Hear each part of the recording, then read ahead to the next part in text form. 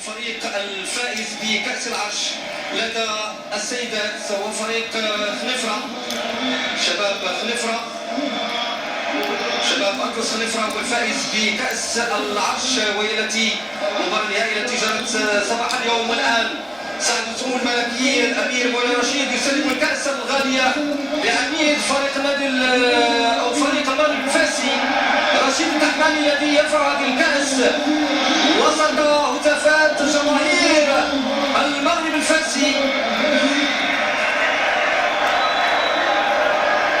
الكأس الفضية لفريق المغرب الفاسي، وتتويج آخر لفريق العاصمة العلمية بعد تتويجه بكأس الاتحاد الافريقي.